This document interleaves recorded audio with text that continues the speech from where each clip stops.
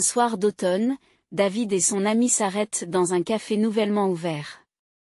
Ils ont déjà commandé et discutent à voix basse. Soudain, l'ami de David fait un signe de tête en direction de la scène. David suit son regard et s'émerveille. Une jeune fille s'est approchée du micro. Elle était incroyablement belle.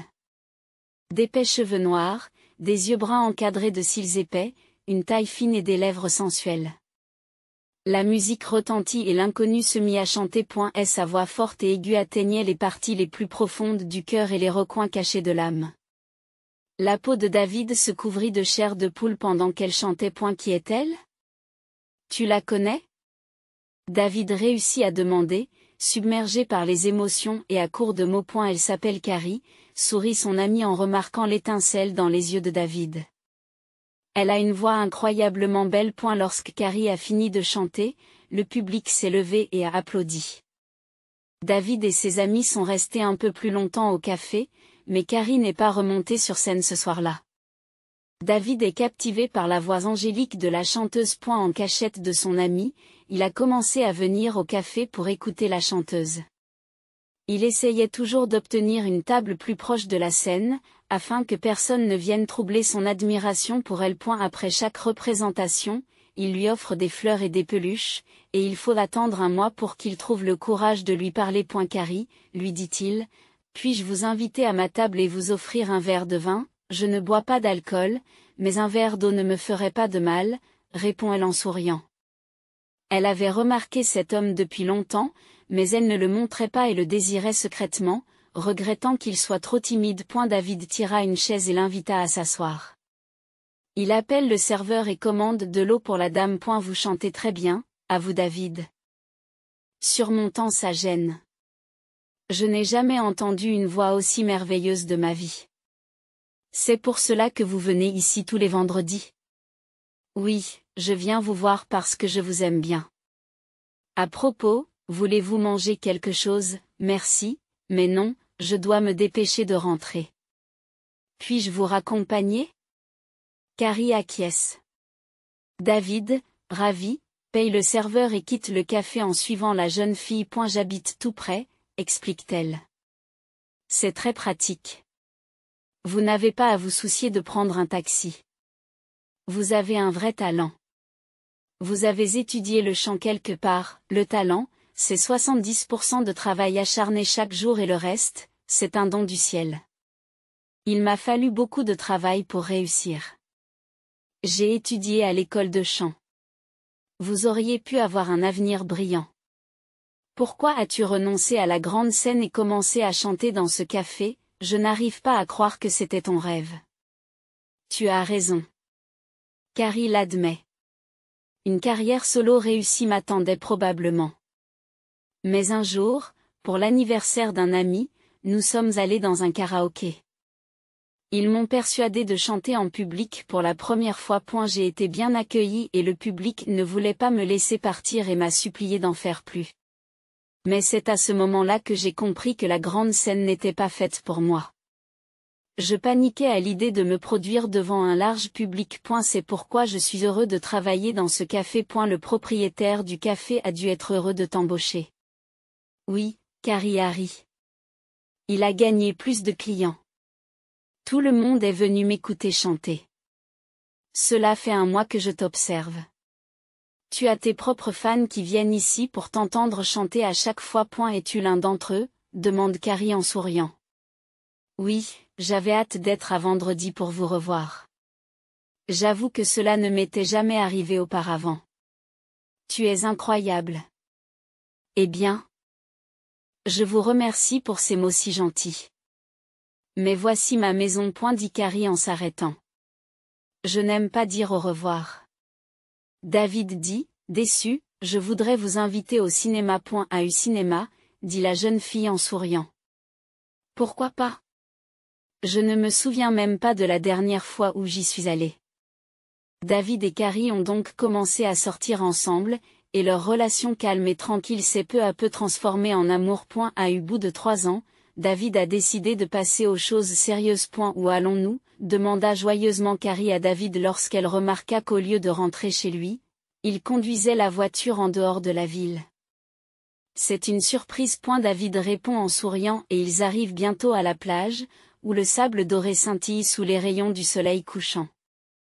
Waouh, cet endroit est incroyablement beau, s'exclama la jeune fille. Comment l'as-tu trouvé? C'est ici que mes amis et moi avions l'habitude de nous baigner quand nous étions enfants. La plage était isolée, cachée des regards indiscrets par une crête de pierre. Elles firent le tour de la crête et Carrie poussa un cri d'étonnement. Qu'est-ce que c'est? Un parapente s'élevait dans le soleil couchant et il n'y avait pas un nuage en vue. Soudain, une image blanche en forme de cœur est apparue sur la toile bleue du ciel clair.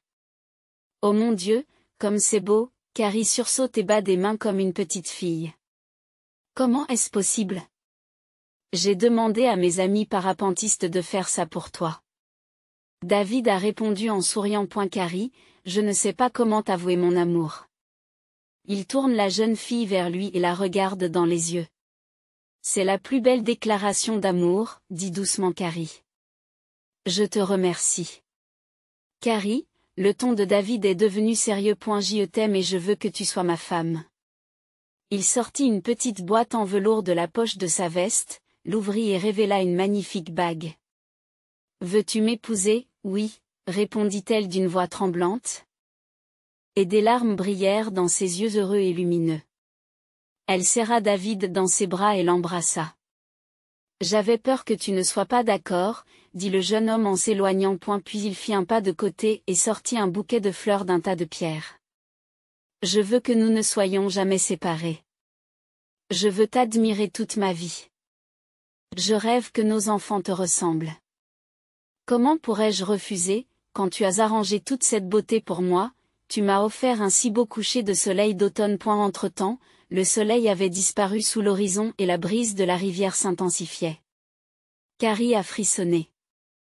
As-tu froid? Demanda David avec inquiétude, en passant son bras autour de ses épaules. Rentrons à la maison. Je veux fêter nos fiançailles. Une autre surprise t'attend. Le jeune couple resta encore un peu à regarder les parapentes dans le ciel. Quel dommage que l'image en forme de cœur ait disparu si vite du ciel. Dit Carrie avec tristesse. Nous reviendrons certainement ici, promit David. Et si tu veux, nous pourrons aussi monter dans le ciel. Ils montèrent dans la voiture et prirent le chemin de la maison. Lorsqu'ils entrèrent dans l'appartement, Carrie sursauta. À la maison, un dîner romantique aux chandelles l'attendait. Comment as-tu fait? Demanda-t-elle, stupéfaite. Ce n'est pas difficile du tout. David sourit et aide la jeune fille à s'asseoir à la table. Un coup de fil et un paiement par carte. Et le dîner est sur notre table. Tu es une sacrée dépensière. Carrie rit. Je n'épargne rien. Dit David en levant son verre de vin. Je suis l'homme le plus heureux aujourd'hui parce que la femme que j'aime depuis si longtemps m'a dit oui. Merci. Ma chérie. Et je t'aime. Et je t'aime beaucoup. Répondit Carrie en le regardant avec des yeux pleins d'adoration. Je ne sais pas comment j'ai pu vivre sans toi. Tu es ce que j'ai de plus précieux. Je ne cesse de remercier Dieu de t'avoir rencontré. Nous devrions commencer à penser à notre mariage. Mais d'abord, je veux que tu rencontres ma mère. David déclare soudain, maintenant que je t'ai demandé en mariage, c'est nécessaire. D'ailleurs, ma mère a envie de te rencontrer depuis longtemps. C'est une femme merveilleuse, mais elle a un défaut. Elle m'aime trop. Il s'esclaffe. Et si elle ne m'aime pas? Cela n'arrivera pas. Si je t'aime bien, ma mère t'aimera aussi. Ne t'inquiète pas. Je suis sûre que vous vous entendrez bien. Demain, on nous attend pour déjeuner avec ma mère. Il n'est pas question de refuser, car elle est déjà prête. Vous ne voulez pas contrarier votre future belle-mère, n'est-ce pas? Non, j'aimerais beaucoup la rencontrer, acquiesce la jeune fille. Cependant, son cœur est troublé, car elle ne sait pas ce que sa future belle-mère pensera d'elle. D'accord, je viendrai te chercher en voiture demain matin. Nous partirons tôt, car ma mère n'aime pas les retards. Le lendemain matin, le temps est glacial, malgré la pluie de la veille. C'est glissant, remarqua Carrie avec circonspection, en regardant anxieusement la glace scintillante sur la route. Ne vous inquiétez pas, assura son fiancé, nous avons tout notre temps. Et il n'y a pas lieu de se précipiter. À fur et à mesure qu'il roulait, il rencontrait des embouteillages et devait se frayer un chemin dans le flot des voitures. Nous sommes terriblement en retard, dit David en fronçant les sourcils. Maman ne sera pas contente. Je ne veux pas mériter ses reproches dès sa première rencontre avec toi. Mais ce n'est pas la moitié de la faute s'il y a tant d'accidents sur la route, remarque prudemment Carrie. C'est une femme intelligente, elle comprendra. En fait, elle pourrait même nous féliciter d'être prudents. Essaie d'expliquer ça à ta mère, dit David en gardant un œil attentif sur la route. Elle ne tolère pas les retards. Enfin, nous sommes sur l'autoroute. Il soupire de soulagement. Maintenant, on peut accélérer un peu le rythme. Il n'y a pas beaucoup de voitures. Si nous nous dépêchons, nous arriverons à temps pour le déjeuner. Mais David, s'il te plaît, ne te précipite pas. Carrie a plaidé, regarde, la route est glissante. J'ai peur. Il n'y a pas de raison d'avoir peur. David fait un signe nonchalant de la main. Ma voiture est une traction avant, elle ne me laissera pas tomber. Même si elle dérape un peu, j'ajouterai de l'essence et elle se stabilisera. Au fait, passez-moi l'eau, s'il vous plaît. Elle est derrière mon siège. J'ai la bouche sèche. Carrie a détaché sa ceinture de sécurité pour attraper l'eau. À ce moment-là, la voiture s'est mise à trembler. Accrochez-vous! Hurle David, effrayé, en essayant de reprendre le contrôle de la voiture, mais en vain. David. Carrie regarde avec horreur leur voiture glisser d'un côté à l'autre de la route. Faites quelque chose. On va s'écraser, tout se passe instantanément. David a essayé d'éviter de heurter un arbre, mais en vain. Carrie est projetée à travers le pare-brise tandis que l'airbag de David se déploie. Ce dernier a perdu connaissance brièvement et s'est cogné la tête contre la portière. Les personnes qui se trouvaient à proximité se sont précipitées pour les aider. Jeune homme. David entend la voix de quelqu'un. Tu es vivant? Nous allons vous sortir de là. Vos mains et vos jambes semblent intactes. Dis quelque chose. Carrie, dit David lentement. Carrie, est-elle vivante? Il y avait une fille avec moi. Comment va-t-elle? Que lui est-il arrivé, dis-moi, s'il te plaît. Qu'est-il arrivé à Carrie? Elle est vivante. Il lui donne les premiers soins. Tenez bon. Les secours arrivent. Ils ont aidé David à sortir de la voiture. Il a des vertiges. Cependant, il parvient à tituber jusqu'à l'endroit où se trouve sa fiancée. Les ambulanciers l'entourent et s'occupent de ses blessures. Ma bien-aimée. David s'agenouille devant Carrie en pleurant. Il prit sa main et la porta à ses lèvres. Il l'embrasse. Pardonne-moi. Je suis fou de ne pas t'avoir écouté. Je suis vraiment désolé. Qu'est-ce que j'ai fait, pense David, effrayé, en regardant le visage de sa bien-aimée, défiguré par de profondes entailles. Cela ne peut pas être elle. Cela ne peut pas être ma Carrie. C'est ma faute si elle est comme ça. Mon Dieu, je ne peux pas me pardonner. Je ne sens plus mon visage. Et la jeune fille a à peine remué les lèvres. David, en entendant sa voix, comprit que la figure ensanglantée devant lui était bien Carrie. Vous ne devez pas parler pour l'instant, dirent sévèrement les ambulanciers qui s'occupaient de leurs blessures. Puis il se tourne vers David. Qui est cette fille pour vous? C'est ma fiancée, Carrie, ma chérie. Tout ira bien. Répond David en essayant de ne pas regarder sa bien-aimée. David, demanda Carrie à voix basse. Qu'est-ce qui se passe avec mon visage? Dis-moi la vérité. Je n'en sais rien. C'est un pansement. Tout ira bien. Vous serez soigné. Ne dites rien. Nous viendrons à l'hôpital. Ils vous aideront. Tenez bon. Je ne sens plus mon visage.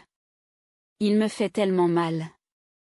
La jeune fille a pleuré et a sombré dans l'obscurité. Carrie a lentement ouvert les yeux. Tu es enfin réveillée. C'est bien. Elle entendit une voix masculine à côté d'elle. Qu'est-ce qui ne va pas chez moi? Demande lentement la jeune fille. Elle a du mal à regarder l'homme qui se penche vers elle. Suis-je à l'hôpital? Vous avez une commotion cérébrale, dit le médecin après un moment de silence. Mais c'est votre visage et vos mains qui sont les plus touchés. Vous souvenez-vous de l'accident? Carrie soulève ses mains. Elles sont bandées. Elle les porte à son visage, le touche et pousse un cri de douleur. Oui, je m'en souviens. La chaussée était glissante et nous avons perdu le contrôle de la voiture. Quand allez-vous enlever le bandage? Je veux voir mon visage. Dans quelques jours, répondit le médecin en se taisant. Nous pourrons alors évaluer l'étendue des dégâts et décider de la suite. Une opération de chirurgie plastique sera nécessaire. Et je pense qu'il y en aura plus d'une. Nous ferons de notre mieux. Mon visage est-il gravement endommagé? Aurais-je des cicatrices? Dites-moi la vérité. Je ne veux pas vous décevoir, mais vous n'aurez pas la même apparence qu'avant l'accident. Je suis désolée. Les coupures causées par le verre étaient trop profondes. Malheureusement, elles laisseront des cicatrices et vous devrez faire quelque chose pour y remédier. Mais rien n'est impossible aujourd'hui. Le médecin l'a rassuré. Il existe plusieurs technologies modernes. Les larmes montent aux yeux de Carrie. Et David, dit-elle faiblement. Comment va-t-il? Je veux le voir. Il est déjà rentré. Il a eu de la chance, il est à peine blessé, juste choqué par l'impact. Je vais vous laisser vous reposer. Lorsque le médecin a fermé la porte, Carrie a appelé sa mère. Maman, dit la jeune fille en pleurant. Maman, viens, s'il te plaît. Je suis à l'hôpital. Elle entendit sa mère crier, et quelques heures plus tard, Miranda était déjà aux côtés de sa fille à l'hôpital. La femme s'assit sur le bord du lit, prit les mains bandées de sa fille dans les siennes et commença à les embrasser. Que s'est-il passé? Demande-t-elle en retenant difficilement ses larmes. Carrie raconte à sa mère ce qui lui est arrivé, à la fin, lui demande piteusement, suis-je laide? Suis-je laide? Pas du tout, ma chérie. Miranda caresse doucement le visage de sa fille, caché sous les bandages, et sourit. Tu es la plus belle. Tu es ma fille. Après tout. Mais le cœur de la mère saigne. Des sanglots prêts à jaillir de sa poitrine, mais elle tient bon. Je ne dois pas me montrer faible devant ma fille. Je dois être forte, chercha la femme. Elle a besoin de mon aide maintenant, pas de mes crises. Le médecin a dit qu'une opération serait nécessaire, mais qu'elle n'était pas remboursée. Carrie a dit, nous le ferons, ne vous inquiétez pas. Nous trouverons l'argent et David nous aidera aussi. Au fait, comment va-t-il? Il n'a qu'une commotion cérébrale et une petite coupure. Il a besoin d'un peu de temps pour se remettre, pour s'occuper de la voiture et de la police. Il ne m'a pas encore rendu visite. Bon, d'accord. Miranda s'est levée. J'y vais. Le docteur ne m'a pas dit de rester longtemps. Je reviendrai demain. Elle se penche, embrasse sa fille. Bon rétablissement. Je ne te manquerai pas. Je t'aime. La femme quitte la chambre et se dirige vers le cabinet du médecin.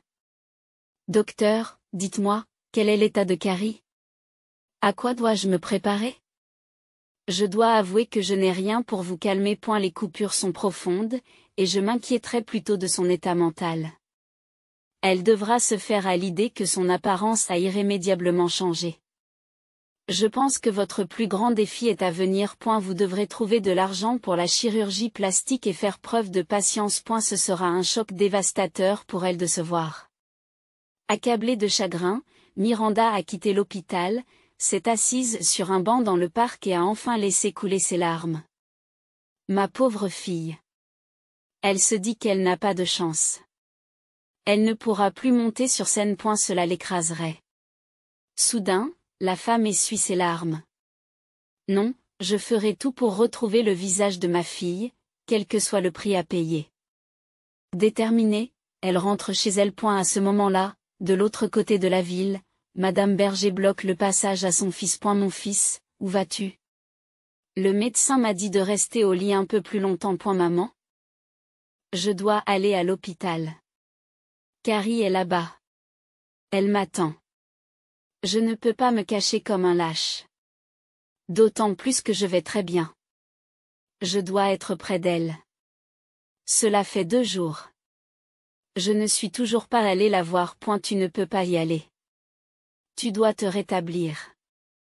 Après tout, tu as eu une commotion cérébrale. Regarde-toi. Tu es encore fragile. Je ne te laisserai pas partir. Et elle n'est pas seule. Elle a des médecins et des infirmières qui s'occupent d'elle. C'est moi qui m'occupe de vous ici. Je suis très inquiet pour ta santé. Alors reviens te coucher tout de suite. Maman, je vais bien. Je suis déjà en bonne santé. Je veux voir Carrie. Elle a besoin de mon soutien. Tu ne peux pas m'interdire d'aller voir mon fiancé. Que je n'ai toujours pas vu en personne, ricane Madame Berger. Tu sais quoi, chérie? Je viens avec toi. Je vais enfin rencontrer cette fille. Je ne te laisserai pas y aller seule. Et ne t'en fais pas. Et si tu tombes malade? Pourquoi irais-tu là-bas?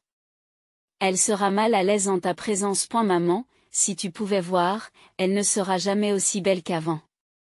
Je dois la soutenir. La pauvre, elle ne sait pas encore ce qui l'attend. Cela ne me dérange pas, mais seulement à mes conditions. Nous irons ensemble à l'hôpital. Sinon, je ne te laisserai pas sortir de l'appartement. Ne m'en dissuade pas. D'accord, maman, nous irons ensemble, dit le fils. Carrie somnolait. Elle entendit la porte grincer doucement et ouvrit les yeux. Bonjour, ma chérie, dit la voix de son fiancé. Je suis désolée de ne pas avoir pu te rendre visite plus tôt. David. Se réjouit la jeune fille en se hissant sur le lit. Il y a si longtemps que j'attends que tu viennes me voir. Je m'ennuie ici sans toi. Comment te sens-tu? J'étais inquiète pour toi. Tu n'as pas appelé. Tu n'es pas venu. Je ne savais pas du tout ce qui t'arrivait. S'il te plaît, allonge-toi, ma chérie. Dit David en s'asseyant à côté d'elle. Je vais bien. Ce n'est pas comme si j'avais été gravement blessée. Je me sens bien maintenant. Et elle est lui aussi victime de l'accident, dit Madame Berger. Seulement, il essaie de ne pas montrer à quel point cela a été dur pour lui. Il est à peine réveillé et il est allé directement à votre hôpital. Carrie, je te présente ma mère, dit David, gêné par le ton froid de sa mère. Enchantée, dit la jeune fille à voix basse. Il est dommage que nous ayons dû faire votre connaissance dans des circonstances aussi tristes, remarqua calmement Madame Berger, mais je tenais à voir la fille dont mon fils m'avait tant parlé. Que disent les médecins? Ils disent qu'une opération de chirurgie plastique sera nécessaire, répondit timidement Carrie. C'est dommage, bien sûr, que cela se soit passé ainsi, compatit Madame Berger. Mais vous êtes jeune. Tu iras mieux. Tout va guérir. Tu seras comme neuf. Carrie acquiesce, mais ne quitte pas son fiancé des yeux. Je me sens déjà bien, alors je viendrai te voir plus souvent, promet David, et puis on t'enlèvera tes points de suture et tu rentreras à la maison. Et notre mariage? Demanda timidement la jeune fille. Le mariage devra être reporté, dit David en la regardant d'un air coupable. Je suis désolé d'en arriver là. Mais ne t'inquiète pas. Nous l'organiserons plus tard. L'essentiel est de vous faire sortir de l'hôpital le plus vite possible. À ce moment-là, une infirmière entre dans la chambre et appelle Carrie pour panser ses plaies. Voulez-vous m'attendre? Supplie Carrie. Tu veux bien rester avec moi encore un peu? Oui, David acquiesce. David acquiesce, ne t'inquiète pas. Je ne partirai pas. Reviens vite. Quand Carrie est partie, Madame Berger s'est emportée contre son fils. De quel mariage parles-tu? David, je t'en prie, réfléchis bien, tente de raisonner Madame Berger en s'adressant à son fils Volage. Elle ne sera plus la même. Pourquoi gaspillerais-tu ta vie avec une femme au visage défiguré? Et les enfants? Tu en auras un jour, n'est-ce pas? Avez-vous pensé qu'ils pourraient avoir peur ou être gênés par leur mère? Ou qu'ils seront taquinés si quelqu'un les voit avec une telle mère? Mon fils, je sais que tu es un homme noble, mais pense à ton avenir. Tu seras lié à elle pour la vie. Maman, qu'est-ce que tu racontes? David grimace. Nous pouvons faire de la chirurgie plastique. La médecine d'aujourd'hui peut reconstruire le visage d'une personne. Nous trouverons la meilleure clinique. Je n'épargnerai aucune dépense pour Carrie. Combien coûtera l'opération? Où trouveras-tu l'argent? Pourquoi devriez-vous vous encombrer de tout cela? S'il te plaît, annule le mariage, dit la femme en serrant son fils dans ses bras. Ne gâche pas ton destin, je t'en supplie. Comment vas-tu vivre avec elle? Elle est laide. Tu ne pourras pas sortir avec elle. Tout le monde se moquera de toi. C'est complètement irréfléchi de s'engager avec une femme comme ça. Mais je l'aime, s'écrie David. Tu ne comprends pas, l'amour? Au diable ce genre d'amour. Tu trouveras quelqu'un d'autre. Regarde autour de toi, il y a tant de filles. Tu es si beau. N'importe quelle fille serait heureuse de t'épouser.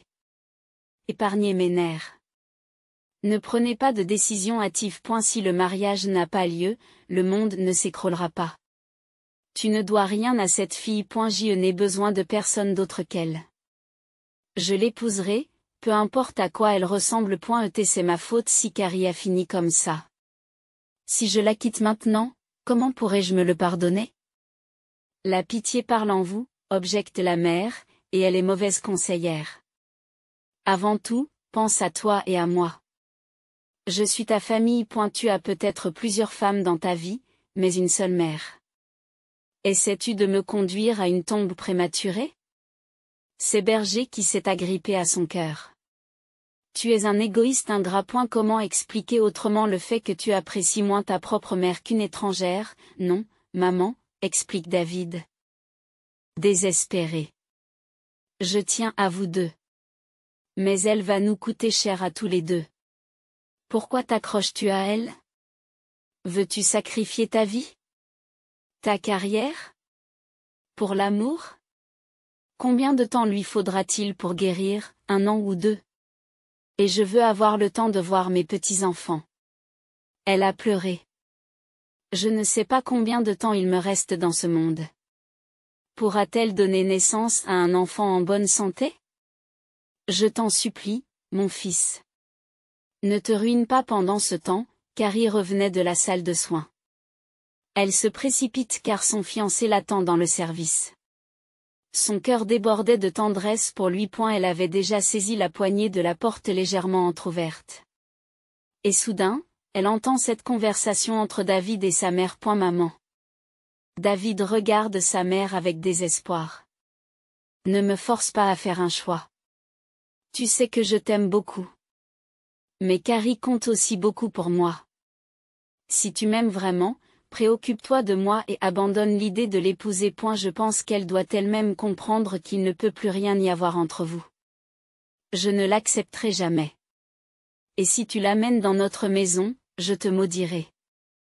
La jeune fille, retenant son souffle, attend de voir comment le marié va réagir. Et elle resta silencieuse pendant un moment. Puis il poussa un lourd soupir. D'accord. Franchement, au fond de moi, j'ai l'impression que tes paroles ont du sens. Mais il faut que j'y réfléchisse. Je suis le plus important. Je dois trouver les mots justes pour ne pas trop la blesser. Je suis contente que tu aies écouté mon avis. N'oublie pas qu'une mère ne ferait jamais rien qui puisse nuire à son enfant. Je me soucie de toi et de ton avenir. Carrie se tenait le dos contre le mur froid, les larmes l'étouffant. Après s'être un peu calmée, elle ouvrit la porte. Je suis de retour. La jeune fille s'efforça de mettre sa bonne humeur habituelle dans sa voix. Elle fait comme si elle n'avait rien entendu. Merci de m'avoir attendu. Mais les traitements ont été si fatigants. J'aimerais me reposer. Je vous prie de m'excuser. Pouvez-vous me laisser? Oui, oui. David se précipite aussitôt, ravi de pouvoir partir. Reposez-vous. C'est le meilleur remède pour vous maintenant. Je ne manquerai pas de revenir quand les médecins le permettront. Nous nous promènerons avec vous dans le parc. Ici, à l'hôpital, il y a un grand parc. Remets-toi, ma chérie, dit Madame Berger d'un ton indifférent et en regardant sa belle-fille frustrée d'un air triomphant. Cette bataille pour son fils, elle l'avait gagnée. David ne reviendra plus jamais à l'hôpital. Je veux me regarder dans la glace. Carrie a mis longtemps avant d'oser le demander au médecin. Il faudra que je le fasse un jour. Quoi qu'il en soit, faisons-le maintenant. Kate, apporte le miroir dans la chambre et enlève les bandages, dit le médecin. Carrie ferma les yeux, reprenant des forces, puis les ouvrit résolument et vit son reflet. C'est moi, demanda-t-elle, horrifiée, les larmes aux yeux. Dans le miroir, elle vit un inconnu dont le visage était défiguré par des cicatrices. Un œil était à moitié fermé, tiré vers le bas par une cicatrice. L'autre cicatrice fixait le coin de sa bouche vers le bas. Le visage était inanimé, comme si quelqu'un l'avait recouvert d'un masque intimidant. Carrie gémit d'impuissance, couvrant son visage de ses paumes et grattant la peau avec ses doigts, comme si elle voulait la décoller. Comment vais-je vivre avec ce visage? Elle s'est jetée sur l'oreiller en sanglotant et en tapant du poing sur le lit. Donnez-lui un sédatif tout de suite. Elle est hystérique, ordonne le médecin.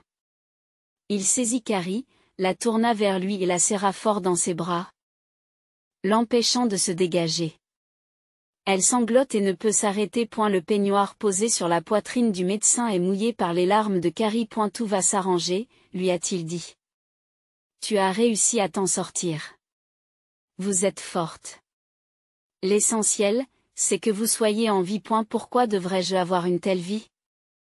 Ne vois-tu pas ce que je suis devenue? Je suis dégoûtée de moi-même. Et comment les gens autour de moi vont-ils me regarder? David avait raison. Je suis laid. Je ne peux pas être aimé. Il a eu raison de me quitter, se lamente Carrie. Une infirmière arrive en courant, administre un sédatif. En quelques minutes, la jeune femme se retrouve silencieuse et molle dans les bras du médecin. Tout va s'arranger, murmure le médecin en installant la patiente dans son lit. Les choses iront mieux. La chirurgie plastique fera son travail et aidera à réparer votre visage. Il ne sera plus jamais le même, dit Carrie en s'endormant. En cachette de sa mère, David a appris la sortie de Carrie de l'hôpital et est venu à sa rencontre. Il s'est précipité, tenant un énorme bouquet de fleurs. Où est Carrie? Demande-t-il en entrant dans son service et en voyant l'infirmière réarranger le lit sur lequel sa fiancée était allongée depuis peu. Carrie est sortie, dit l'infirmière sans cesser son travail. Vous êtes en retard. Vous auriez dû venir plus tôt. Et si vous êtes son fiancé, elle vous a laissé une lettre. David acquiesce et l'infirmière sort une enveloppe de sa poche et la lui tend. L'homme prend la lettre et tend un bouquet à l'infirmière en guise de remerciement. Bouleversé, il sortit de l'hôpital, s'assit sur un banc et commença à lire. Cher David bien-aimé, je ne pouvais même pas imaginer qu'un jour je devrais écrire ces lignes. Mais tout a changé instantanément. David, je vous ai entendu, toi et ta maman. Et je ne veux pas être un fardeau pour toi. Ta mère a raison. Nous ne pouvons plus rien avoir en commun. J'ai changé depuis l'accident et je ne serai plus jamais la même. Et ce n'est pas seulement mon apparence. Nos vies ont été divisées entre l'avant et l'après. Je ne veux pas que tu sois désolé pour moi. Je ne veux pas que tu te sentes obligé de m'épouser. Tu ne me dois rien. Le temps que j'ai passé avec toi a été le meilleur de ma vie. C'était une période heureuse. Je suis reconnaissante de l'amour que tu m'as donné. Mais maintenant, mes yeux se sont ouverts. Honnêtement, je suis content que les choses se soient passées ainsi. Je suppose que tu t'en veux pour l'accident. À ces mots, David sursaute comme s'il avait été giflé. Mais je ne vous en veux pas. C'est probablement le destin. Ne viens pas me chercher. Nos routes se sont séparées à jamais. Pourquoi t'es-tu enfuie, petite sotte? marmonne David sous sa respiration. Il sort son téléphone et compose un numéro familier. Mais en réponse, il entendit que l'abonné n'est pas disponible. Je suis désolé. Je suis désolé, mon amour. L'homme se chuchote à lui-même, comme si Carrie pouvait l'entendre. Il était horrifié à l'idée d'avoir été faible et d'avoir suivi sa mère. Oui, oui, j'ai eu peur quand j'ai vu ton visage. Je ne voulais pas croire que j'avais devant moi ma beauté préférée. J'ai même cru que je me trompais, et que j'avais devant moi une femme étrange, et non toi, ma Carrie bien-aimée. L'accident avait mutilé tes lèvres, ton nez, tes joues, tout ce que j'aimais tant embrasser. Ce nouveau visage était dégoûtant. Je refusais de croire que c'était toi. Je n'allais jamais te tromper en feignant l'amour. Tu as raison de partir sans dire au revoir. Tu es plus fort que moi. David se lève, hésite un instant, puis déchire la lettre en petits morceaux et la jette à la poubelle. Elle a ensuite redressé les épaules, pris une grande inspiration et s'est éloignée de l'hôpital. Ma fille, dit Miranda à Carrie, mange. S'il te plaît. Tu vas te laisser mourir de faim. Tu t'es renfermée sur toi-même et tu restes à la maison sans rien dire. Tu t'enterres toute seule. On devrait aller se promener, cela fait si longtemps que tu n'as pas quitté ta chambre. Je ne veux rien, répondit Carrie d'une voix sans couleur. Elle s'allongea le dos contre le mur, s'enveloppant dans une couverture. Peut-être que je veux mourir. Avec un visage comme le mien, je ne peux même pas sortir dans la rue. Les gens auraient peur. Ma place est dans les films d'horreur maintenant. Ma petite fille, sa mère a secrètement essuyé une larme. Tu dois vivre, au moins pour moi.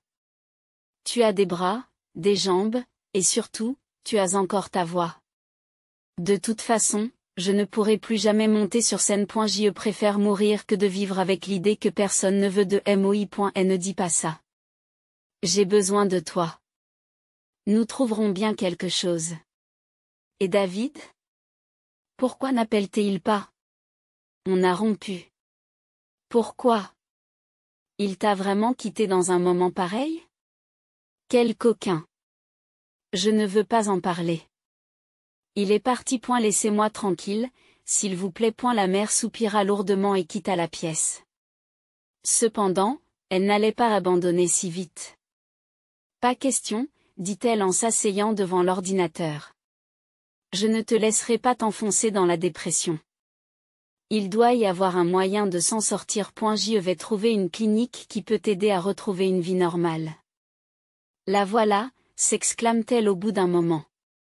Il y a bien une clinique et voici le nom du médecin. Waouh, il est tout jeune et déjà si célèbre. Voyons voir, quelques photos des patients. Oui, il est vraiment doué. Je vais envoyer une photo de Carrie et prendre rendez-vous. Après avoir joint les photos, Miranda cliqua sur le bouton pour envoyer la demande et soupira de contentement. Maintenant, nous attendons l'appel. Et si Carrie refuse d'y aller, je l'Y obligerai. Elle n'est pas une ennemie pour elle-même, n'est-ce pas, quelques semaines plus tard? L'invitation à la consultation arriva. Carrie, Miranda est entrée prudemment dans la chambre de sa fille. Carrie se tenait à la fenêtre et regardait la rue. J'ai une bonne nouvelle pour toi, dit sa mère. La jeune fille se tourna silencieusement vers elle. J'ai pris contact avec un médecin d'une clinique spécialisée dans les cas compliqués comme le tien. Ils t'attendent pour un rendez-vous dans un mois. Pourquoi ferais-tu cela? Je ne vais nulle part, de toute façon. Je suis moche maintenant. C'est comme un stigmate. Comment voulez-vous que je monte dans un train? Tu veux que je sois à découvert et que les gens me pointent du doigt, personne ne me laissera entrer dans les endroits bondés. Je suis un monstre. Tu n'as pas encore compris? C'est inutile.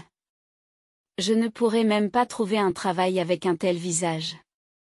Je préfère mourir. Ne t'avise pas de parler de toi comme ça.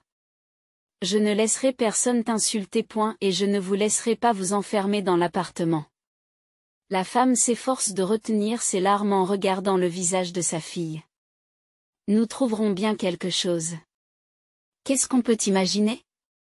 Carrie sourit amèrement. Elle s'allongea dans son lit et s'enveloppa dans une couverture, s'isolant de sa mère. J'aimerais être un serpent et pouvoir changer de peau. Ou au moins mettre un bas sur mon visage pour que personne ne voie mes cicatrices. Exactement, s'exclama Miranda en se passant la main sur le front. Comment se fait-il que je n'y ai pas pensé plus tôt? Nous devrions commander un chapeau spécial avec un voile pour couvrir ton visage. Que dirais-tu de cela? Autrefois, les femmes se couvraient le visage avec un voile. Pourquoi ne pas faire de même aujourd'hui? Qui s'y opposerait? Vous serez une femme mystérieuse. Peux-tu en trouver un? La voix de Carrie était pleine d'intérêt lorsqu'elle se tourna vers sa mère. Je pense que oui. Et personne ne verra ton visage. Avec un chapeau et un voile. Personne n'osera t'offenser. Ils n'auront aucune raison de le faire. Maman, si tu peux le faire, j'irai. Quelques jours plus tard, Carrie a essayé un petit chapeau noir avec un fin voile en dentelle. Le voile était comme une seconde peau, retenant les cicatrices mais dessinant les contours de son visage. Voilà, remarqua Miranda en admirant sa fille, on ne te reconnaît plus qu'à ta silhouette. Et tu as une belle silhouette. La jeune fille s'arrêta devant le miroir et se regarda.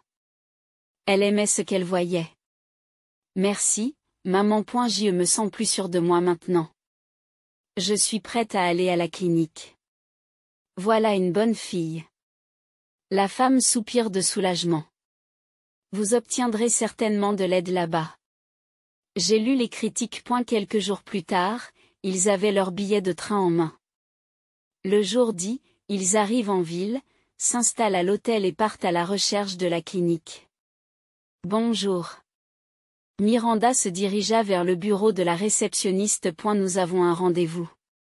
Oui, l'infirmière regarda l'ordinateur et fit un signe de tête affirmatif. Entrez dans le bureau.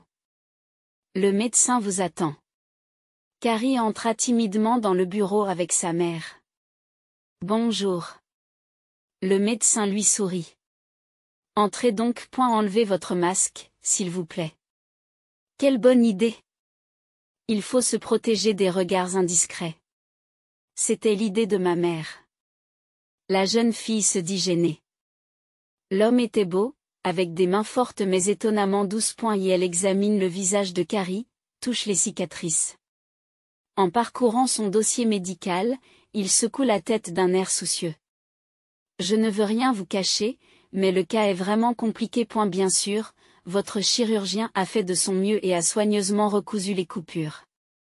Mais elles sont profondes à certains endroits et les cicatrices sont rugueuses. La médecine, bien sûr, est capable de beaucoup de choses maintenant. Mais le traitement sera long. Et il faudra plus d'une opération. Lorsque la mère et la fille ont appris le coût approximatif d'une seule opération, elles ont pâli. Vous voyez, votre fille est trop endommagée. En fait, il faudra restaurer son visage pour qu'elle retrouve son apparence d'antan. Ce n'est pas une tâche facile. Il faudra le faire d'urgence avant que les cicatrices ne durcissent définitivement. Si vous êtes d'accord, nous allons passer un contrat maintenant et commencer le traitement. Nous devons y réfléchir. Miranda regarda sa fille, le désespoir dans les yeux. Nous ne nous attendions pas à ce qu'une telle somme d'argent soit nécessaire. Alors, bien sûr, réfléchissez. Le médecin est d'accord. Vous avez le numéro de téléphone quand vous êtes prête à nous contacter. Mais je vous recommande de ne pas prendre trop de temps pour répondre. Si vous perdez du temps, les résultats du traitement seront moins bons. Les femmes sont sorties de la clinique frustrées. Nous ne pourrons jamais réunir une telle somme d'argent, marmonne Carrie, surtout maintenant que tu travailles seule. Nous devons trouver une solution. Répondit mère, réalisant que l'argent était inabordable pour leur famille. Il y a des fonds de charité. Nous pouvons les collecter. Je vais me renseigner. Nous lancerons un appel sur Internet, nous demanderons aux connaissances de nos amis. Il y a beaucoup de personnes bienveillantes. Elles nous aideront à faire notre deuil. Ressaisissons-nous. Ne cédons pas au désespoir. Maman, Carrie a serré sa mère dans ses bras, puis s'est éloignée d'elle et lui a dit fermement, je t'aime beaucoup, mais il faut se rendre à l'évidence. Personne ne nous donnera autant d'argent.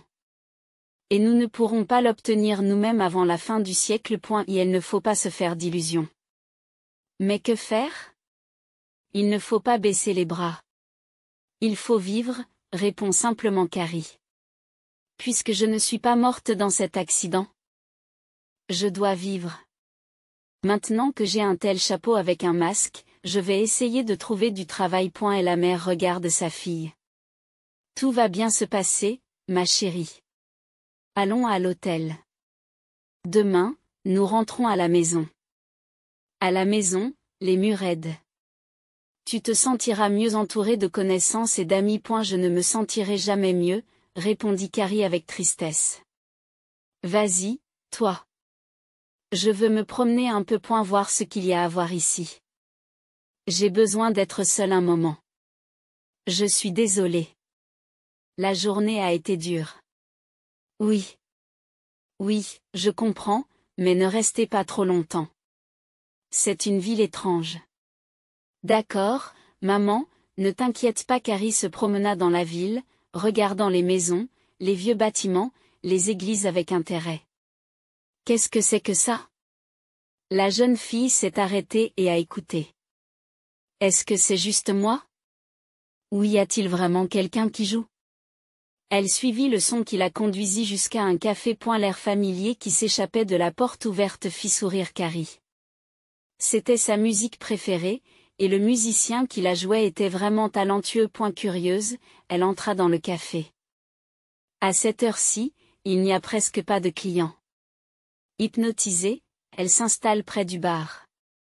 Puis-je prendre votre commande? Demande le barman, intrigué par son masque. Je voudrais un verre de jus de fruits. Répondit Carrie, les yeux fixés sur le musicien qui jouait sans effort, sans jeter un coup d'œil sur les touches. Ses doigts fins dansaient délicatement sur les touches, produisant une mélodie douce et envoûtante. Lorsque la musique s'estompa, il posa ses mains sur ses genoux, toujours perdu dans les sons persistants. Finalement, il se leva et la rejoignit au bar. Pourquoi me regardes-tu comme ça? S'emporte Carrie, sous son regard intense. Personne ne t'a dit qu'il était impoli de fixer un étranger de façon aussi flagrante? Je m'excuse. L'homme balbutia. Détournant le regard. Ses yeux restèrent fixés sur le même point sans ciller. Je ne voulais pas vous offenser. Ne pensez pas à mal de moi, s'il vous plaît. Il est aveugle. Chuchote le barman en se penchant vers Carrie. Je suis désolé. Carrie rougit. Je ne savais pas. Je suis très gênée d'avoir tiré des conclusions hâtives. C'est moi qui devrais m'excuser de vous avoir fait peur. L'homme répondit, j'ai l'habitude de garder mes distances avec les clients, mais il y a quelque chose de chaleureux chez vous. Il fait une pause. Comment vous appelez-vous? Carrie. Et-moi, Ron. C'est un plaisir de vous rencontrer. Il tendit la main et Carrie l'accepta. Vous avez des doigts fins et votre main est délicate. Vous avez très bien joué. Carrie le complimenta en retirant doucement sa main. Et la déception se dessine sur le visage de Ron. Je suis venue ici parce que j'ai entendu la musique de loin. Ajouta la femme. Vous l'avez appréciée? Ron s'est redressé. J'adore jouer ici. Le propriétaire a acheté un bel instrument. C'est dommage qu'il n'y ait pas beaucoup de vrais amateurs de musique parmi les clients. Vous aimez la musique? Oui, c'est vrai. Carrie sourit, en se remémorant des souvenirs. J'avais l'habitude de chanter dans un café comme celui-ci. Vous chantez, s'exclame Ron. Quelle idiote je fais. J'aurais dû savoir tout de suite que tu avais une voix chantante. Viens. Je veux t'entendre chanter maintenant. Il se dirige avec assurance vers l'instrument. Oh, je suis gêné. Protesta Carrie, troublée. Vous ne connaissez pas mon répertoire. Comment allez-vous m'accompagner? Vous ne pouvez pas voir les notes. Je suis désolé. Je vous ai encore offensé. Ne le soyez pas, Ron. Harry. Vous vous excusez trop souvent. Je suis habitué à ma situation et je ne me vexe pas si quelqu'un dit quelque chose de maladroit sans le vouloir. Qu'aimeriez-vous chanter? Je n'en suis pas certain. Je suis vraiment gêné. C'est une honte de cacher son talent. Dieu nous a donné, à toi et à moi, le don de jouer et de chanter pour les gens. Nous n'avons pas le droit de le cacher. Ron s'est assis devant l'instrument et a fait courir ses doigts sur les touches. Commencez à chanter et je reprendrai la mélodie. Carrie commence à se perdre dans son chant, sans se rendre compte que le café s'est rempli de monde. Certains étaient même debout puisqu'il n'y avait plus de table libre.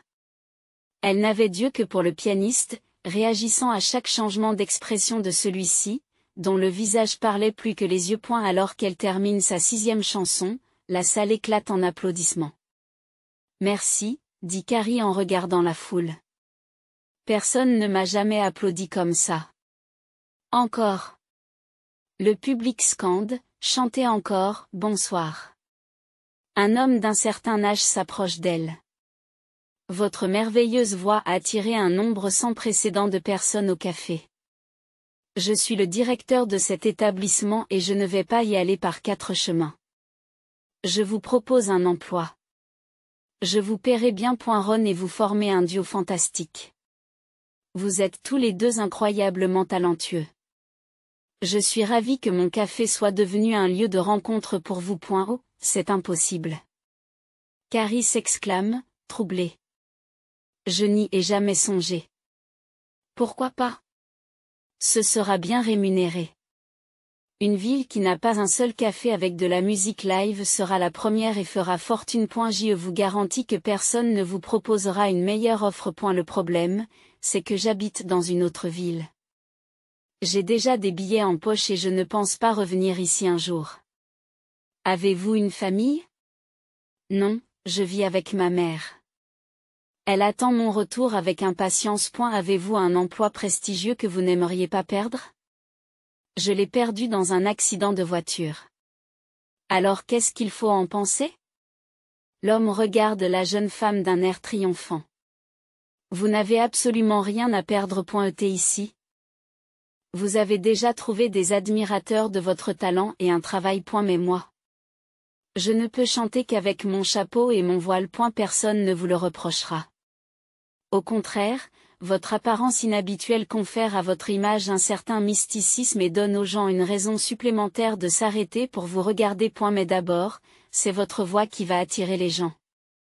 Je n'ai jamais entendu cela auparavant. Je dois consulter ma mère. Nous ne faisons que traverser la ville. Pensez mais pas longtemps. Je vous verrai demain soir pour signer un accord de coopération. Carrie, je t'en prie, accepte. Ron s'est levé de derrière son instrument.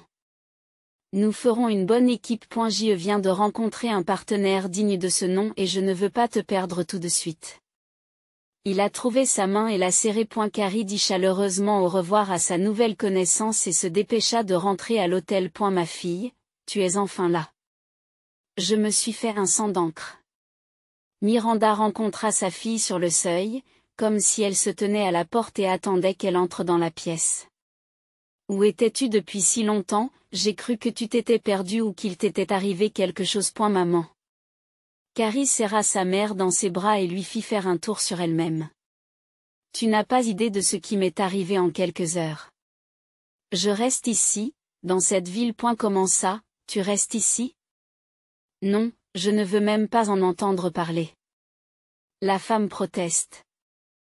Nous partons d'ici demain. Rien ne nous retient ici. Je n'irai nulle part. On m'a proposé un travail. Je vais chanter dans un café que l'on peut chanter dans notre ville. Pourquoi rester ici? Il y a des étrangers autour. C'est ce que je voulais te dire. J'ai rencontré un homme. Quand as-tu rencontré un homme? La mère a été surprise. Maman, il joue si bien, mais on ne peut s'empêcher de l'écouter. Il est si beau, si gentil, si doux. Je n'en reviens pas. Quand as-tu vu toutes ces qualités en lui? Miranda secoue la tête. Choquée. Parfois, il faut 1 minute pour se rendre compte que c'est notre homme. Maintenant, j'en suis sûre. Le coup de foudre existe. Il est comme ça. Carrie a serré sa mère dans ses bras. Je vais vous le présenter. Ron est un homme merveilleux. Maman, je suis une adulte qui peut gérer sa vie.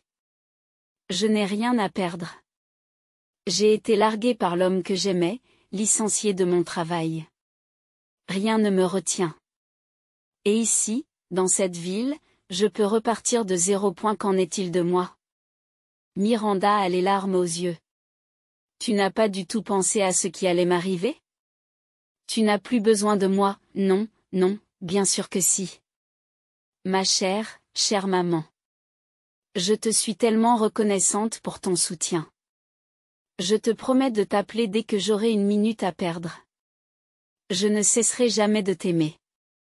Maman, tu as tant fait pour moi. Carrie a serré sa mère dans ses bras. Mais maintenant, je veux prendre soin de moi. C'est ma chance d'essayer d'être heureuse. Et cet homme dont tu parles? Que pensait-il de votre apparence? Il est aveugle. Il ne peut pas me voir. Et pour tout le monde. Mon visage est caché sous un masque. Personne ici ne connaît mon malheur. Seule ma voix les intéresse. Vous auriez dû voir comment on m'a applaudi. Je me sens à nouveau utile. Alors, ma chère fille. Tu as droit à la vie. Je ne te retiendrai pas. Quelle est la chose la plus importante pour une mère? Que son enfant soit heureux. Tu dois t'être vraiment trouvé. Cela fait longtemps que je n'ai pas vu l'étincelle dans tes yeux. Le lendemain, Carrie raccompagne sa mère et se rend au magasin pour choisir une robe de concert. Cette robe te va très bien, dit la vendeuse en la regardant avec admiration. Elle vous va comme un gant. Elle met en valeur tous les atouts de votre silhouette. J'ai aussi besoin de chaussures et de gants, dit Carrie en montrant ses bras. La vendeuse les regarde avec appréhension et sort de longs gants en dentelle. Vous serez irrésistible dans cette tenue. Remarqua T-elle. Dès retour à l'hôtel, Carrie se changea, coiffa ses épais cheveux noirs et regarda son reflet dans le miroir. Maintenant, je suis une vraie artiste. La jeune fille sourit à son reflet. Je pensais qu'après l'accident, la vie était finie. Mais il s'avère que tout n'est pas perdu. Ron jouait quelque chose, assis au piano. Mais dès que la jeune fille est entrée dans le café, il a immédiatement levé la tête. Carrie, se réjouit-il. Tu as décidé de rester. Comment as-tu su que j'étais entrée? Elle s'émerveille. J'ai senti ta présence. Tu restes donc? Oui, j'ai décidé de rester. Elle s'approcha de lui et s'arrêta à côté de l'instrument. Je suis folle de joie. L'homme lui tendit la main. Carrie la serra. Ron a porté sa main à ses lèvres et l'a embrassée. Tes mains sentent la menthe. C'est de la crème, dit Carrie, gênée par l'attention évidente qu'il lui portait, même si elle aimait être en sa compagnie. Savais-tu que l'on peut en apprendre beaucoup sur une personne grâce à son odeur? Qu'est-ce que tu peux dire sur moi? La jeune fille rit. Tu es une personne calme et douce. Vous n'êtes pas du tout contradictoire. Et en ce moment, la menthe poivrée vous aide à faire face à la dépression. J'ai raison? Oui, c'est vrai. Carrie a haussé les sourcils de surprise. Comment savez-vous tout cela? Lorsqu'une personne perd un sens, elle gagne immédiatement d'autres possibilités. Nous reviendrons sur cette conversation plus tard. Mais pour l'instant, ne décevons pas les visiteurs. Ils attendent depuis longtemps que vous chantiez quelque chose. Et elle a commencé à jouer les premières notes et Carrie a chanté. Sa voix était d'abord hésitante, puis elle s'est amplifiée. Elle ne regarde pas le public. Elle regarde Ron, captivé par son jeu. Son visage rayonne. Le côté de ses yeux aveugles était hypnotisant. La jeune fille sentait son soutien silencieux. Il écouta sa voix et son expression changea peu à peu. Au début, il était tendu et inquiet pour elle. Puis la tension est retombée et il s'est calmé, se réjouissant de son succès. Bravo. Les visiteurs ont crié lorsque les dernières notes du piano se sont éteintes. Ils applaudissent et rient. Quelqu'un tend des fleurs à l'heureuse Carrie qui ne peut détacher son regard de son nouvel ami. Un sourire paisible ne quittait jamais son visage. Carrie, tu as un vrai talent. Admire le directeur du café. J'ai de la chance que vous soyez venu nous voir. Vous devriez être sur une grande scène. J'aime les concerts confortables. Les filles ont souri modestement. Je ne cherche pas la publicité. Je ne vous ai pas demandé pourquoi vous portiez un masque. Il lui a chuchoté. Les gens spéculent, essayant de découvrir votre secret. Puis-je ne rien expliquer, demande Carrie. Ce sujet est trop douloureux pour moi. D'accord, d'accord. Mais y a-t-il quelque chose que je puisse faire pour vous? Je suis à l'hôtel. Où puis-je louer un appartement? J'ai ce qu'il vous faut. Le directeur s'est réjoui. Ma sœur loue un appartement. Je pense que je peux m'arranger avec elle. Je suis sûr qu'elle me fera une réduction. Et l'appartement est proche du café. Ce serait merveilleux. Merci beaucoup. C'est ainsi que commença une nouvelle phase dans la vie de Carrie. Miranda l'attirait tous les soirs. Ma fille, je suis anxieuse. Comment tu te débrouilles seule là-bas? L'appartement dans lequel tu vis est bien, maman, je vais bien. La jeune fille rassure sa mère. J'aime travailler ici. Et tout le monde est très accueillant. Au travail, j'oublie mon problème. J'ai de la musique. Et je ne me sens plus inférieure. Les gens attendent mes concerts avec impatience. J'aime cette vie. J'ai accepté de porter un masque pour le reste de ma vie. Vous savez, cela a ses avantages. Personne ne peut voir mon visage.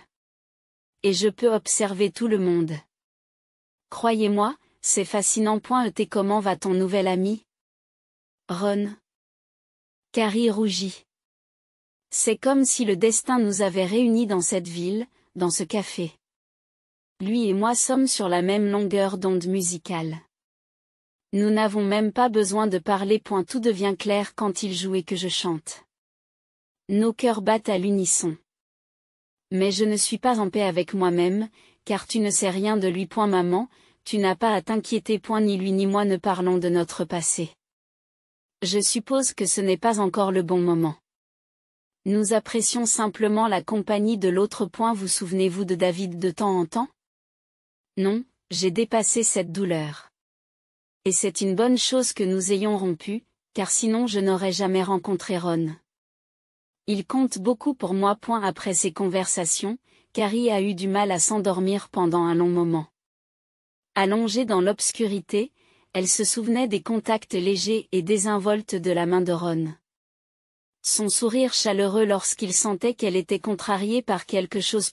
Elle voulait désespérément savoir ce qui était arrivé à Ron, ce qui l'avait rendu aveugle. Carrie, allons nous promener, voulez-vous? Proposa Ron un jour où les visiteurs s'étaient déjà dispersés. C'est une si belle soirée. Ce serait dommage de rentrer à la maison. Carrie accepta volontiers et ils marchèrent en silence, chacun perdu dans ses propres pensées. Ron, la jeune fille, rompit le silence. Qu'est-ce que tu as fait avant? Tu n'en reviendras pas. Il eut un sourire amer. J'étais comptable. Un comptable, s'étonna la jeune fille. Mais vous jouez si bien que j'aurais cru que vous aviez étudié au conservatoire. Quand j'étais enfant.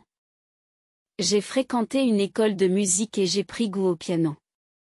Je m'asseyais souvent devant l'instrument et je jouais de mémoire dès que j'avais un moment de libre. C'est un peu comme si certaines personnes pouvaient taper à la machine sans regarder le clavier. J'ai appris à jouer de la même manière. Je ne me fie pas aux partitions.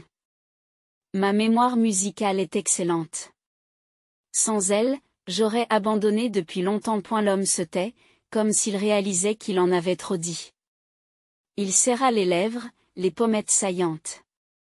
Carrie resta silencieuse, craignant d'interrompre ce moment d'honnêteté, et attendit que Ron poursuive sa confession. Elle ne s'est pas trompée. J'avais une fiancée.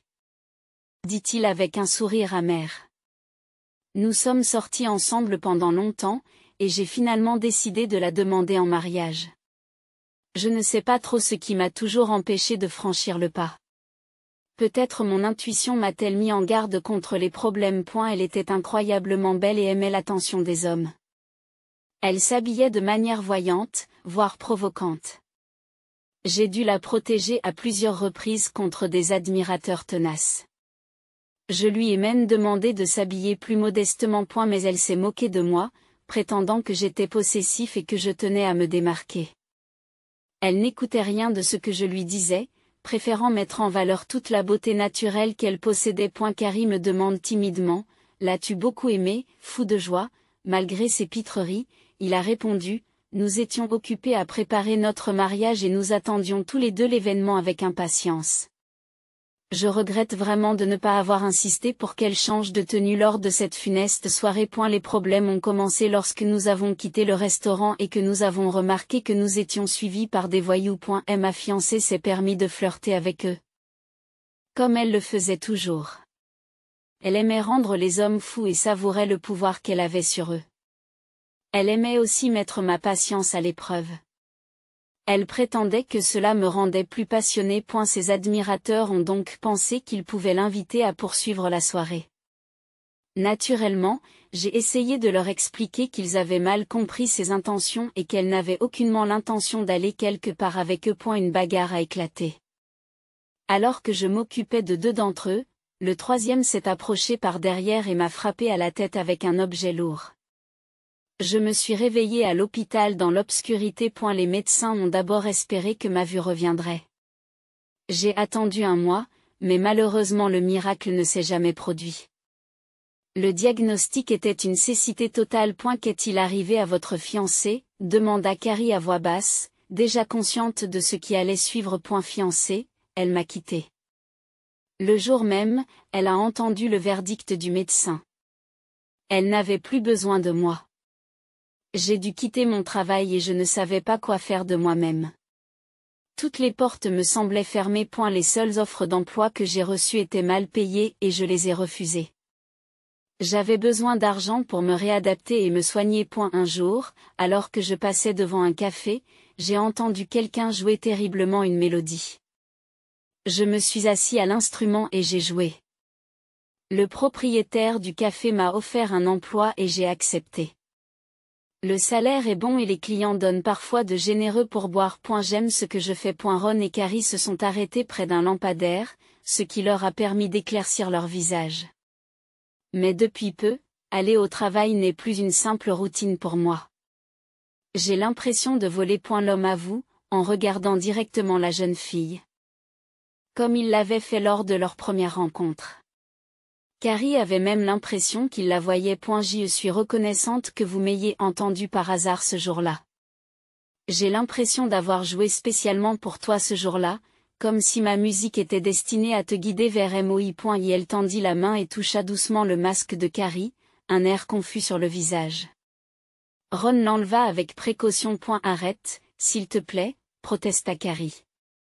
Tu n'aimeras pas ce qu'il y a sous le masque.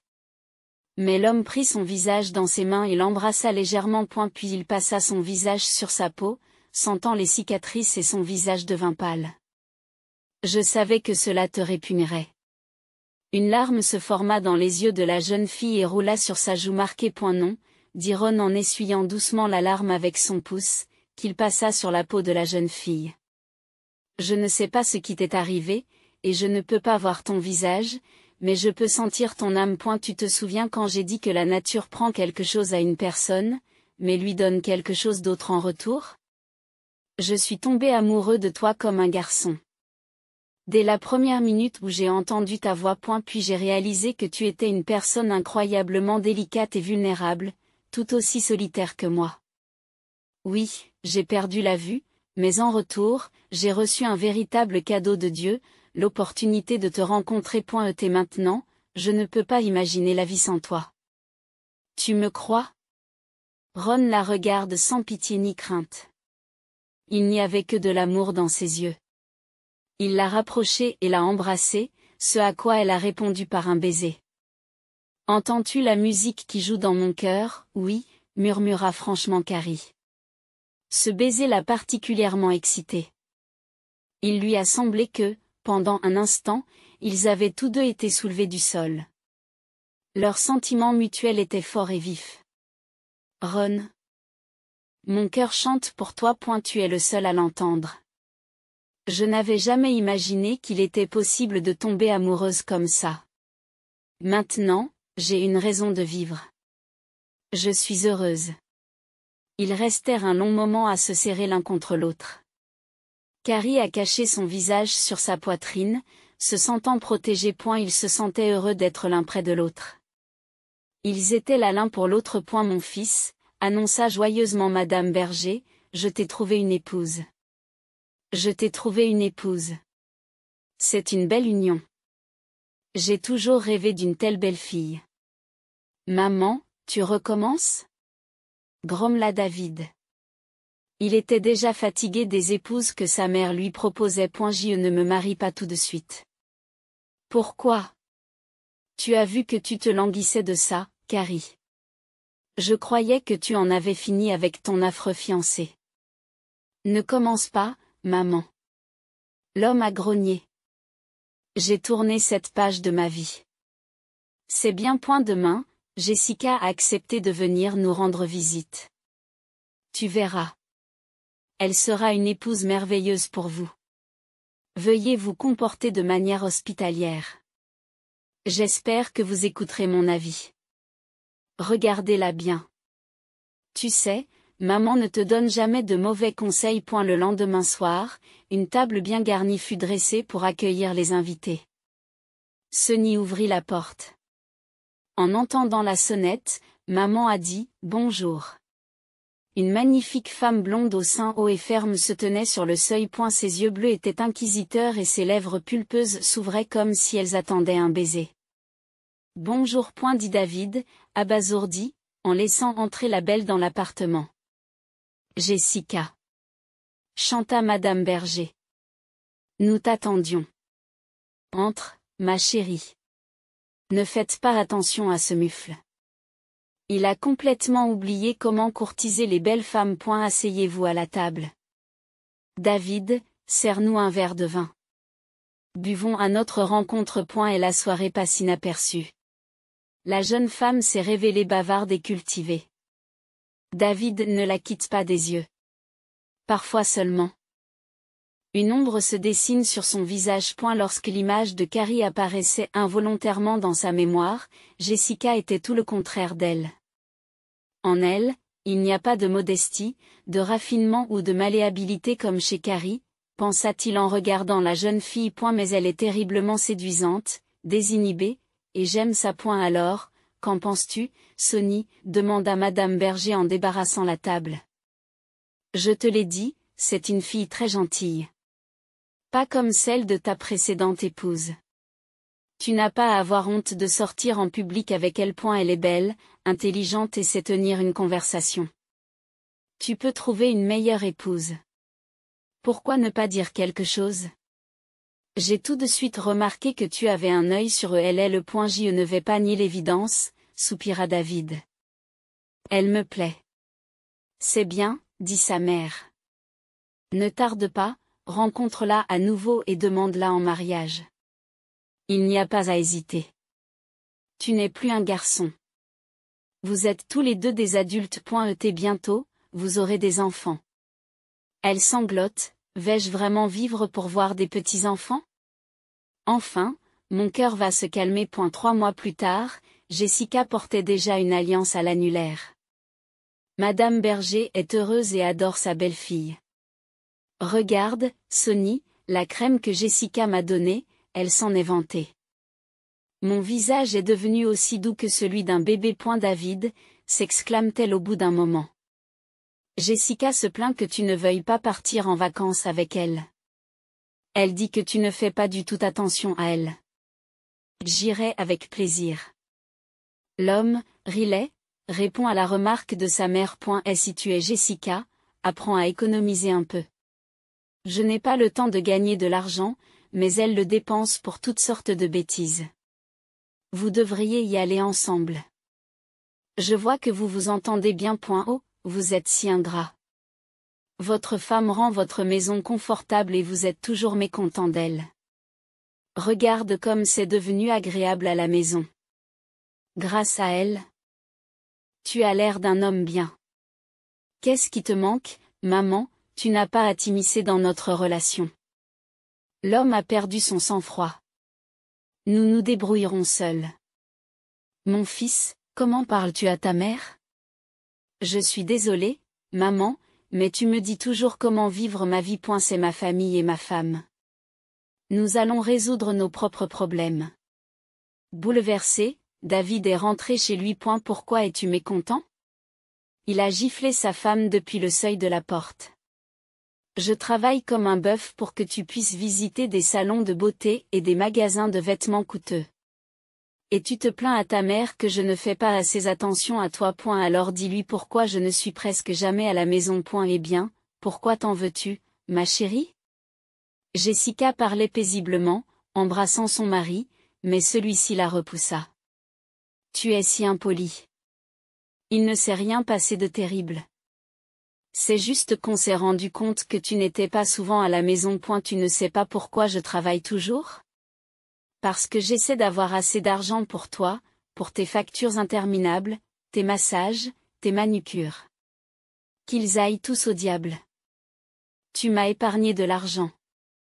La femme était prête à utiliser son arme principale, c'est l'arme. Quand tu m'as convaincu de t'épouser, tu m'as aimé. Tu m'as offert des cadeaux et tu as juré que tu prendrais soin de moi. Oui, je pensais que j'étais amoureuse de toi, mais je me rends compte maintenant que j'ai fait une grosse erreur. Je me suis précipitée dans le mariage, pour que ma mère ne m'ennuie plus avec ça. C'est son choix. Vous m'avez tous les deux énervés. Vous avez bu tout mon sang, et vous n'en avez jamais assez. Oh, c'est comme ça que tu parles maintenant, a pleuré Jessica. Je vous déteste. Sors de la maison. Je préfère dormir au travail que de vivre sous le même toit qu'une hystérique comme toi. Cria David et sortit de la maison en claquant la porte. Et elle marcha dans la ville et se dit, pourquoi ai-je obéi à ma mère? Je n'aime pas ma femme. Je suis un homme malheureux. Au moins, je peux être honnête avec moi-même. J'aime toujours Carrie. Je ne peux pas l'oublier. Où est-elle maintenant, depuis ce jour mémorable où je l'ai perdue de vue? Tant d'eau a passé. Son téléphone portable est silencieux. Où est-elle? Comment vit-elle? Je suis toujours tourmentée par un sentiment de culpabilité à son égard. Et elle a continué à marcher, sans pouvoir distinguer la route. Ne voyant personne aux alentours, il s'arrêta soudain. Qu'est-ce que c'est que ce bordel? Son cœur s'est mis à battre la chamade. Une sensation de chaleur oubliée depuis longtemps. Le souvenir de quelque chose de cher, de natif. Qui chante cela? L'homme se précipita vers le son de la merveilleuse voix, craignant que la chanson ne se taise et qu'il ne puisse retrouver l'interprète. David s'est littéralement précipité dans le café et s'est figé. Carrie se tient devant le micro. Son visage était caché par un masque, mais il aurait reconnu sa voix, sa silhouette, même dans la foule. Les clients applaudissent alors que les derniers sons de la musique s'éteignent. Carrie. David s'avance vers son ancienne épouse. Je te cherchais, mais je ne m'attendais pas à te trouver ici. C'est ta voix qui m'a amené ici. Bonjour, David. La femme parle calmement. Pourquoi me cherchais-tu? Tu m'as manqué. Tu m'as oublié? Même si je voulais oublier, je ne pourrais pas. Elle sourit. Mon visage me rappelle à toi tous les matins et tous les soirs. Le reste du temps, je me cache derrière un masque et je suis très satisfaite de ma vie. Pourquoi es-tu venu ici? Vous avez le droit de me faire des reproches. Je reconnais que j'ai été méchant avec toi à l'époque. Mais il n'est jamais trop tard pour arranger les choses. Je veux que tu reviennes vers moi. Je suis différent maintenant. Mais je t'aime toujours. Je t'en supplie. Je suis désolée. Recommençons à 0. C'est trop tard. Moi aussi. J'ai changé. J'ai appris à voir les gens comme des imposteurs. As-tu oublié à quel point nous étions bien ensemble? Je ne peux pas vivre sans Théo. Il y a tellement de choses que tu ne peux pas vivre. Que tu t'es marié. Elle a fait un signe de tête à son alliance. Ce mariage ne signifie rien pour moi. Il s'est empressé de retirer l'anneau et de le ranger soigneusement dans sa poche. Je me souviens encore de nos rencontres et de nos baisers. Je n'aime pas Jessica. C'est dommage. Mais j'aime mon mari et je ne changerai rien. Et si tu étais revenu quand j'avais le plus besoin de toi, quand je ne voulais pas vivre, nous aurions pu être heureux à nouveau. Mais tu t'es dégonflé. Tu t'es caché sous les jupes de ta mère. Oui, je me suis cruellement trompée, je l'admets. Mais tu dois me comprendre. J'ai eu peur. Pardonne-moi. Pardonnez-moi, j'ai été stupide. Je n'ai pas réalisé le trésor que j'avais perdu. Ce n'est que maintenant que je me rends compte de ce que tu représentais pour moi. Tu as le droit de me haïr. Je le supporterai. Mais ne me renvoie pas. Je t'ai pardonné. Carrie regarde son ancien amant avec pitié. Et je n'ai aucune haine pour toi. Étrangement, je suis même reconnaissante. Parce que cette épreuve m'a rendue forte. Ne me donne pas de chance, s'il te plaît. Nous pouvons essayer d'être heureux. Je le suis déjà. Carrie a répondu. J'ai un mari attentionné. Et nous attendons un enfant. David ne remarque que maintenant le ventre arrondi de son ancienne amante. Il se tint silencieux et regarda Carrie retourner au micro. Une mélodie retentit et la femme chante. David vit l'amour avec lequel Carrie regardait le musicien et comprit qu'il l'avait perdu pour toujours. Il se retourna et sortit, dépité. Il rentrait chez lui et une chanson sur l'amour, la loyauté et le bonheur chantait après lui.